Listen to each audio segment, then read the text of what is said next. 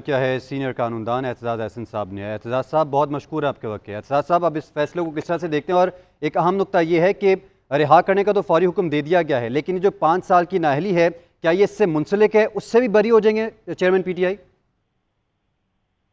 جی وہ بھی معطل ہونی چاہیے، لازمی ہے کہ جب معطل کیا ہے فیصلے کو، سسپینڈ کر دیا ہے، تو وہ بھی جو ہے نااہلی وہ بھی ساتھ ہی جائے گا، سارا فیصلہ ہی معطل ہو جائے گا. اور اس کے ایگزیکٹ الفاظ دیکھنے سے میں کر سکوں گا بات، پر یہ بات ہونا اصولاً یہی چاہیے کہ فیصلے کو اگر سسپینڈ کیا ہے اور سسپینڈ ہی کیا جانا چاہیے، معطل کیا جانا چاہیے. اس کا کوئی بھی پہلو وہ ملزم پر اس کا اثر نہیں ہونا چاہیے تا وقت کہ اپیل کی فائنل مکمل سماعت نہ ہو. اس وقت تک یہ بالکل ہر چیز ایسے ہے جیسے نہیں ہے، نہ نااہلی ہوئی، نہ گرفتاری یا قید کی سزا ہوئی. یہ اس دن تک بالکل کلین سلیٹ ہوگی، صاف سلیٹ. اچھا اعتزاز صاحب، اس پہ جو ایڈیشنل سیشن جج ہمایت دلاور ان کی جانب سے یہ موقف بنایا گیا تھا کہ بارہا موقع دیا گیا اور کال بھی دی گئی کہ چیئرمین پی ٹی آئی کی جانب سے وکیل پیش ہوں، لیکن جب وہ پیش نہیں ہوئے تو پھر فیصلہ سنایا گیا اور فیصلہ سنانے کا حق محفوظ رکھتے ہیں اس مقام پر. تو آپ اس پہ کیا رائے رکھتے ہیں؟ نہیں، وہ ہمایوں دلاور کے تو جو فیصلے تھے، میرا خیال ہے ان فیصلوں پہ ہی اس کے خلاف تادیبی کارروائی ہونی چاہیے تھی. جو کہتا ہے کہ 12 بجے سے کہتا ہے 2 بجے آ جاؤ، تو یا 12:30 بجے تو اس نے فیصلہ سنانا شروع کر دیا. وکلاء موجود تھے، لیکن اس نے لندن کی فلائٹ لینی تھی اس شام. اس کو یہ جلدی تھی، اس نے اپنے ذاتی مفاد کو ایک کسی شہری کی آزادی اور قید کو ترجیح دی اپنے ذاتی مفاد کو کہ ہر یونیورسٹی اس نے جانے کے لیے اسی دن جانا تھا. تو اس کو جلدی تھی. اس نے 4 گواہ بھی نہیں سنے صفائی کے. اس نے کورٹ وٹنس بھی نہیں بلایا جو بریگیڈیئر ملٹری سیکرٹری تھا ملزم کا جب وہ پرائم منسٹر تھا. تو وہ تو اس نے بہت ہی انکار کی تھی. اس پہ تو فیصلہ میرا خیال ہے صرف ریورس ہی نہیں ہونا چاہیے، اس کے خلاف ڈسپلنری ایکشن ہونا چاہیے. کیونکہ اس طرح تو جج نہیں کر سکتا نا کوئی کہ اپنی کنوینئنس کے لیے آپ ایک ملزم کو سزا قید کی سنا کے اور کچھ جہاز سے بیٹھ کے اور لندن چلے جائیں کوئی کورس کرنے. تو یہاں آپ اس کو ایڈجرن کر دیں آپ کی واپسی تک. آپ 10 دن بعد واپس آ رہے ہیں تو ایڈجرن کریں اور 10 دن بعد آ کے سن لیں کہ آپ کسی کا حق جو ہے شنید کا بحث کرنے کا وہ تو نہیں لے سکتے کیونکہ میں نے لندن میں کورس کرنے جانا ہے. تو اس کی تو بات ہی چھوڑے.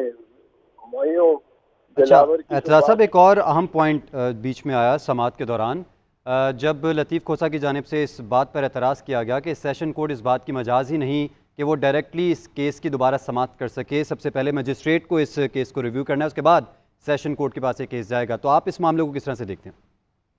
نہیں، یہ بالکل بجا اعتراض تھا لطیف کھوسہ کا. یہ اس پہ دفعہ 193 سیکشن 193 کرمنل پروسیجر کوڈ ضابطہ فوجداری کا بالکل اسی معاملے پہ اور بالکل اسٹریٹ فارورڈ وہ کہتے کہ سیشن کورٹ کوئی بھی انٹرٹین ہی نہیں کر سکتا ایسی کمپلینٹ کو جو جب تک میجسٹریٹ اس کو نہ ریفر کرے.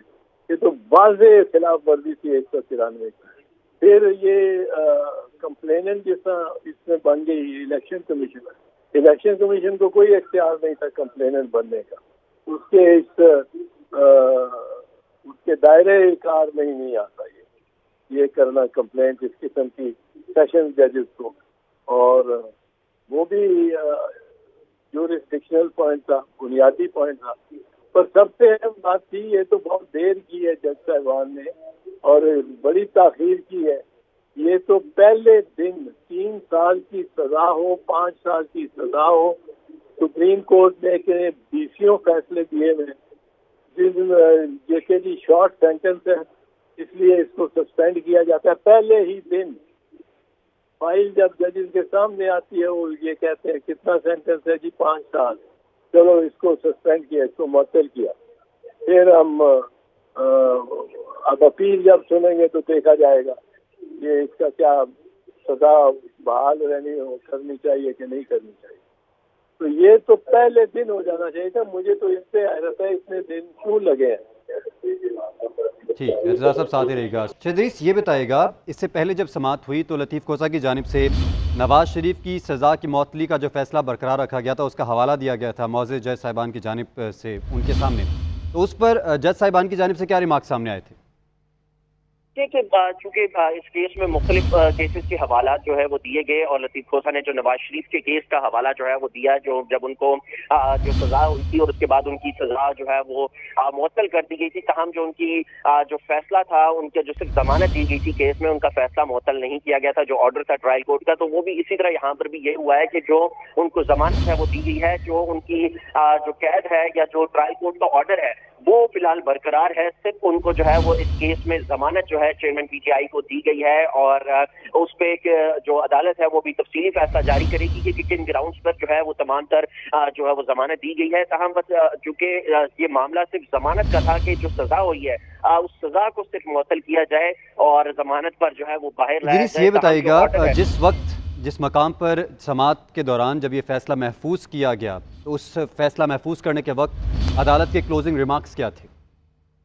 جی دیکھیں، جب کل یہ باقی جب ریمارکس تھے تو جب کل چونکہ الیکشن کمیشن کے وکیل نے اپنے دلائل دیے اور انہوں نے ضمانت کی مخالفت بھی کی اور 6 پوائنٹ ڈسکس کیے گئے تھے. اور جب کل جب یہ فیصلہ محفوظ کیا گیا تھا تو اس پر عدالت نے جو ہے وہ ریمارکس دیے کہ جب لطیف کھوسہ جو ہے وہ اینڈ پہ روشن پر آئے، انہوں نے کہا کہ انہوں نے بھی اپنے دلائل دے دیے ہیں لیکن ہم نے آپ کو مختلف وجوہات بتائی ہیں، ہم نے آپ کو قانونی جو حوالے تھے وہ بھی دیے ہیں اور مختلف ماضی کے جو آرڈرز ہیں ان کے بھی حوالے دیے ہیں کہ ضمانت کس طرح جو ہے وہ دی جا سکتی ہے. اور سب سے اہم پہلو یہ تھا کہ لطیف کھوسہ کی جانب سے جو نواز شریف کیس کا فیصلہ تھا، جو حوالہ تھا، اس کیس کے آرڈر کا جو ہے وہ حوالہ اسلام آباد ہائی کورٹ میں اس کیس میں دیا گیا تھا کہ نواز شریف کے جو ہے وہ ان کو بھی سزا ہوئی تھی اور ان کی جو ہے وہ ضمانت کس طرح کی گئی اس کا بھی لطیف کھوسہ نے جو ہے وہ حوالہ دیا تھا. اور سب سے جو اسلام آباد ہائی کورٹ کی جانب سے چیئرمین پی ٹی آئی کو فوری طور پر رہا کرنے کا حکم جاری کیا گیا ہے، تو اب فوری رہائی عمل میں لائی جائے گی یا پھر تفصیلی فیصلے کا انتظار کیا جائے گا؟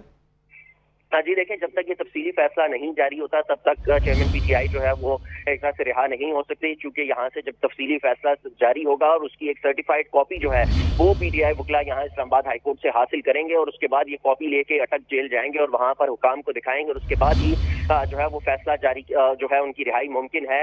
اور اس کے بغیر جو ہے وہ ابھی ان کی رہائی اس طرح ممکن نہیں ہے، کیونکہ تفصیلی فیصلہ جو آرڈر اسلام آباد ہائی کورٹ جاری کرے گا اس کی سرٹیفائڈ کاپی جب پی ٹی آئی وکلا حاصل کریں گے وہ اٹک جیل حکام کو دی جائے گی اور اس کے بعد جو ہے وہ چیئرمین پی ٹی آئی کو وہاں اٹک جیل سے رہائی مل سکتی ہے. جی